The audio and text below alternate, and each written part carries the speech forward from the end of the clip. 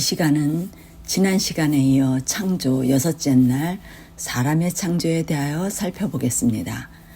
창세기 1장 27절에서 28절입니다.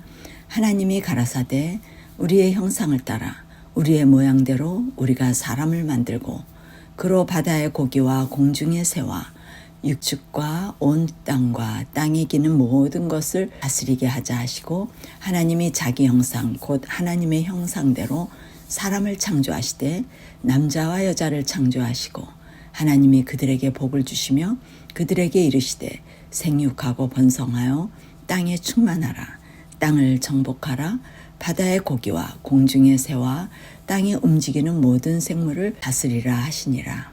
하나님께서 사람을 지으시는데 우리의 형상을 따라 만들자고 하셨습니다.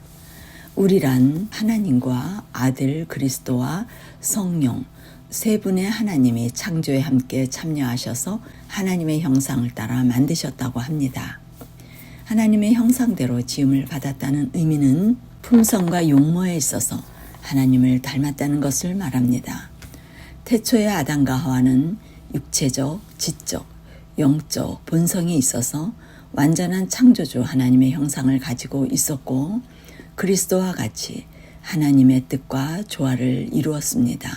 그는 그리스도의 마음과 같이 사람을 사랑하고 섬길 수 있도록 창조되었고 생명의 복을 받아 생육, 번성하고 땅에 충만하고 땅을 정복할 수 있고 모든 생물을 다스릴 수 있는 능력이 주어졌습니다. 이리하여 하나님께서는 모든 능력으로 행복하게 살 수 있도록 온전한 창조를 하셨습니다. 그는 그리스도의 마음과 같이 하나님을 사랑하고 이웃을 사랑하고 섬길 수 있도록 창조되었고 생명의 복을 받아 생육하고 번성하고 땅에 충만하고 땅을 정복할 수 있고 모든 생물을 다스리는 능력이 있는 완전한 사람으로 창조되었습니다. 하나님의 창조는 육과 영, 즉 몸과 마음을 하나님의 모양과 형상으로 온전한 창조를 하셨습니다. 지금도 우리가 하나님을 사랑하여 하나님과 연합하게 되면 우리가 영적으로 100% 온전한 하나님의 형상이 회복되는 창조함을 즉시 받을 수 있습니다. 그러면 즉시 우리는 계명을 지키는 사람이 됩니다. 이 일은 성령을 받음으로 가능한 일이며 이 온전한 창조가 우리의 소망이 됩니다. 창세기 2장 7절 여호와 하나님이 흙으로 사람을 지으시고 생기를 그 코에 불어넣으시니 사람이 생명이 된지라. 하나님께서 사람을 창조하실 때 흙으로 사람을 지으셨습니다. 인간의 창조 재료로 쓰여지는 흙은 히브리어로 아파르라는 단어로 흙덩이가 아니라 땅의 미세한 입자를 가리키는 땅의 티끌을 의미합니다. 사람을 비롯한 동식물의 생명의 기본 단위는 세포인데 이 세포는 흙을 구성하고 있는 원소들과 같은 것을 알 수 있습니다. 사람이 일단 죽어서 그 시체가 땅에 묻히면 땅에서 취한 그 화학적 요소들을 다시 땅으로 돌려주게 됩니다. 성경은 하나님께서 사람의 신체만을 땅에서 취한 것이 아니라고 말합니다. 창세기 1장 11절은 식물과 동물도 그 원료를 모두 땅에서 취하셨고 창세기 2장 19절은 흙으로 들짐승과 공중의 새들도 지으셨다고 합니다. 그러므로 사람, 동물, 식물 모두 땅에서 재료를 취한 것입니다. 땅을 창조하실 때 하나님께서 우주의 모든 만물의 화학적 구성 원소를 이미 창조하셨음을 말합니다. 그리고 이 땅의 기본 물질은 땅 자체뿐만 아니라 이어서 창조된 식물, 행성, 동물, 사람 등 모든 생물과 무생물의 구성물질로 사용되어졌음을 알 수 있습니다. 이 흙의 원소들을 취하여 창조주의 능력으로 사랑을 빚으시고 생명력을 제공하는 생명의 호흡을 그 코에 불어넣으심으로 세포의 생화학 작용이 시작되도록 하심으로 신체의 기능이 활성화된 것을 알 수 있습니다.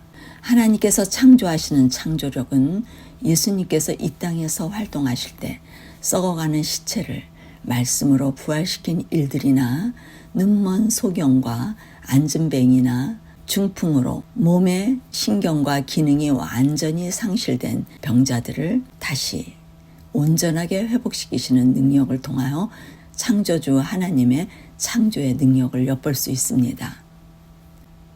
원어와 가장 가까운 킹 제임스 번역의 영어 성경으로 땅의 흙으로 사람을 지으셨는데 코에 생명의 호흡 곧 breath of life를 불어넣으시니까 living soul 곧 살아있는 혼 사람이 되었다고 합니다.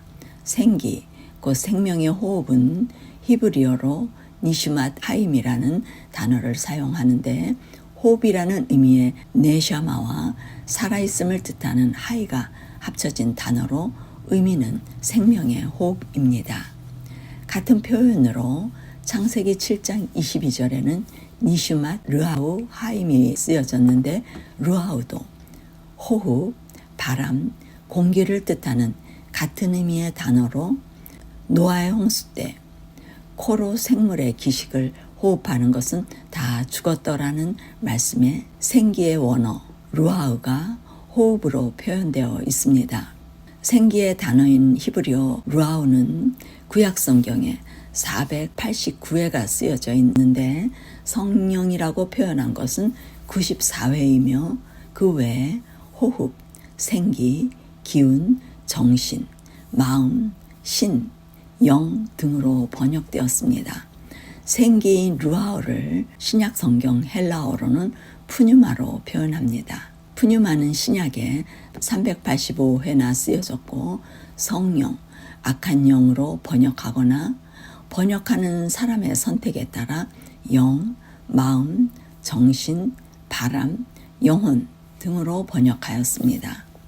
다시 말하면 인간의 생명의 원리는 흙의 원소에 생긴 생명의 호흡을 불어넣으니까 살아있는 존재인 생명이 되는 것입니다. 생명의 원리가 흙과 하나님께서 불어넣어 주신 생기라면 죽음의 원리는 생령에서 살아있는 존재의 생기를 하나님께서 거두어 가시면 다시 흙의 원소로 돌아가는 것이 죽음의 원리입니다. 생명과 죽음의 원리는 매우 간단합니다. 생기가 있느냐 없느냐에 따라 생과 사가 결정됩니다. 이 교리는 에덴에서 하나님과 사단 사이에 중요한 쟁점이 되었습니다. 하나님께서 선악과를 먹는 날에는 정령 죽으리라고 하신 몸과 영이 함께 죽는 이론론 사상에 생명과 죽음에 대한 말씀을 명확히 하셨습니다. 그럼에도 불구하고 뱀은 결코 죽지 아니하리라고 하와에게 말하여 선악과를 먹게 하는 일에 성공하였고 아벨의 첫 죽음을 맞이하자 죽지 않는다는 말이 거짓으로 드러나 그는 곧 몸은 죽어도 영혼은 영원히 살게 될 거야 라고 속삭여 이원론 사상인 영혼불멸을 인류에게 소개하게 되었습니다. 이를 근거로 각 나라의 토속 종교가 이원론 사상의 생명과 죽음의 교리를 받아들여 왔고 중세 캐톨릭 교회를 통하여 종교개혁 시 성경을 번역하던 학자들의 사상에 영향을 미쳐 생기가 영혼, 혼, 신으로 번역이 되었습니다. 그러므로 영혼은 죽은 뒤 몸을 떠나 의식을 가진 혼이나 조상들의 유령 등이 떠돌아다니기도 하고 지옥이나 천국으로 올라간다고 하여 우리나라는 제사를 드려 죽은 조상들을 위로하는 전례를 가지게 되었습니다. 생기는 사람이나 일반 동물이나 생명의 요소로서 생명의 호흡일 뿐이지 흔히들 사람들이 생각하는 영혼, 혼이 아닌 것을 우리는 확인할 필요가 있습니다. 동물들의 영혼이 떠돌아다닌다고 하면 웃을 것입니다. 똑같은 단어를 사람에게 사용하면 영혼이 되고 동물에게 사용하면 영혼이 아니라고 생각한다면 이치가 맞지 않습니다. 살아있는 존재의 의미인 생명 역시 구약 성경의 히브리어 네펫이라는 단어를 사용하는데 754회 중 24회는 새나 물고기, 짐승 등을 가리키며 7번은 사람과 짐승을 동시에 가리키고 있습니다.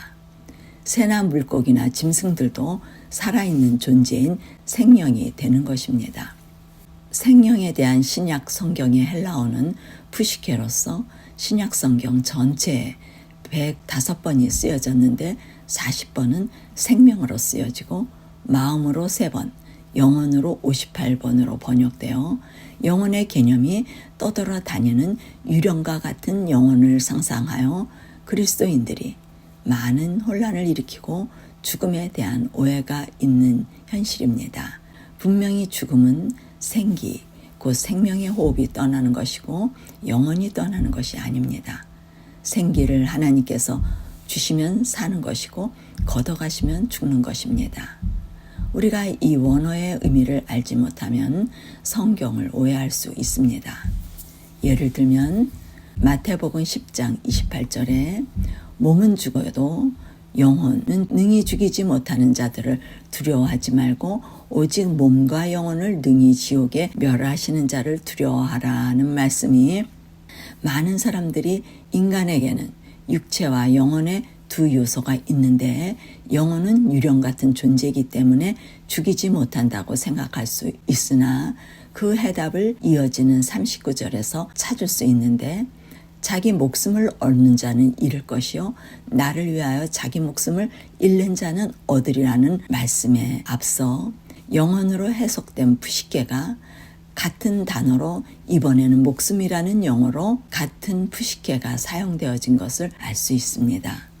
결국 이 말씀의 의미는 몸은 죽어도 영혼은 몸에서 떠나 하늘로 올라가 죽지 않기 때문에 죽이지 못하는 것이 아니라 누가복음 12장 44절과 45절에 몸을 죽이고 지옥에 던져넣는 권세 있는 하나님을 두려워하라는 내용에서 몸과 목숨을 죽이시는 하나님을 두려워하라는 의미로 육신의 죽음이 아닌 영의 죽음을 두려워해야 한다는 말씀으로 해석할 수 있습니다.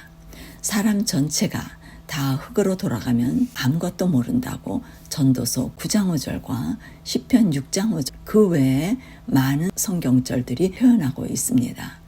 또 전도서 12장 7절은 흙은 여전히 땅으로 돌아가고 영은 그것을 주신 하나님께로 돌아가기 전에 기억하라는 말씀도 마치 죽은 후에 영혼이 하나님께로 가는 것 같이 해석되지만 이 말씀의 의미는 생명이 끊어지는 순간 인간의 두 가지 구성 요소 중에 육체는 부패하여 흙이 되어 땅으로 돌아가지만 다른 구성 요소인 생명의 호흡인 영은 처음 그것을 공급하신 하나님께로 돌아간다는 의미입니다. 따라서 영혼이라고 번역된 구약의 루아우는 인간 전체를 의미합니다. 이렇게 구약의 히브리어 루아우가 389회, 네페시가 784회, 네샤마가 25회, 신약의 헬라어 푸뉴마가 385회, 푸시케가 105회로 모두 합하여 1658회나 쓰여진 말들이 때로는 영, 신, 영혼으로 번역이 되어 있으나 죽은 뒤에 몸에서 분리되어 의식을 가진 유령이 존재한다는 말은 한 군데에서도 찾아볼 수 없습니다. 죽고 사는 원리에 대하여 우리는 신비한 사상을 가지고 있습니다. 그러나 죽음과 생명의 원리는 창세기 1장에 하나님께서 단순한 창조의 법칙으로 주셨습니다. 하나님께서 인간을 만드실 때 사용하셨던 두 가지 재료는 흙과 생명의 호흡인 것을 알 수 있습니다. 이 두 가지 재료, 흙과 생명의 호흡 이외에 어떤 것도 인간의 구성 요소가 될 수 없습니다. 생기 루아우는 사람에게만 주어진 것이 아니라 동물들에게도 주어졌다고 성경은 기록하고 있습니다. 마태복음 7장 50절에 예수께서 크게 소리 지르시고 영혼이 떠나가셨다고 한 말씀과 스데반이 예수여 내 영혼을 받으옵소서라는 기도로 표현된 영혼은 둘 다 푸뉴마로 생명의 호흡이 다시 하나님께로 돌아간다는 사실을 말해줍니다. 그분의 죽음을 뜻하는 말씀임에도 불구하고 푸뉴마가 영혼으로 잘못 번역되었기 때문에 마치 예수님이나 스데반이 죽는 순간에 그분의 혼백이 몸을 떠나서 하늘로 올라갔던 것으로 오해하기 쉬운 성경절입니다. 이 육가형의 분리는 3세기 초에 헬라의 철학자들이 이집트와 헬라의 영혼불멸 사상을 가지고 서방교회에 가르치게 됨으로 시작되었습니다. 이 가르침은 중세 로마 가톨릭 교회의 기초를 놓았는데 터툴리안, 카프리안, 어거스틴, 플라톤의 영향으로 이 육가형의 분리 사상이 영원 지옥과 연옥에 관한 신앙의 기초를 놓았습니다. 이 사상이 16세기 종교개혁자 칼빈의 영혼불멸과 영원지옥 사상으로까지 영향을 미치게 됩니다. 이 사상은 다음 시간에 창세기 2장과 3장에서 살펴볼 것인데, 에덴에서 하나님께서 하신 생명과 죽음의 원리를 사단이 하와에게 유혹하면서 중요한 생명교리의 혼란을 일으키기 시작하였습니다. 역사의 시작점에서 하나님께서 흙에 생기를 더하면 산 사람이 된다고 하신 일원론 사상을 주셨지만, 사단의 말에 의하여 영과 육의 분리인 이원론 사상으로 생명 원리가 변질되게 되었습니다.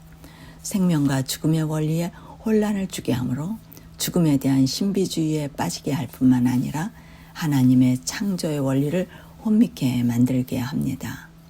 이 사상은 최고의 지성인들, 헬라의 철학자들로부터 유래되어 기독교 신학자들이 받아들이면서 교회로 유입된 정신인데, 우리는 하나님의 창조의 원리가 있음에도 불구하고 최고의 지성인들의 지식에 의존하여 신앙을 받아들이고 하나님의 사상을 배제하는 경우가 많습니다.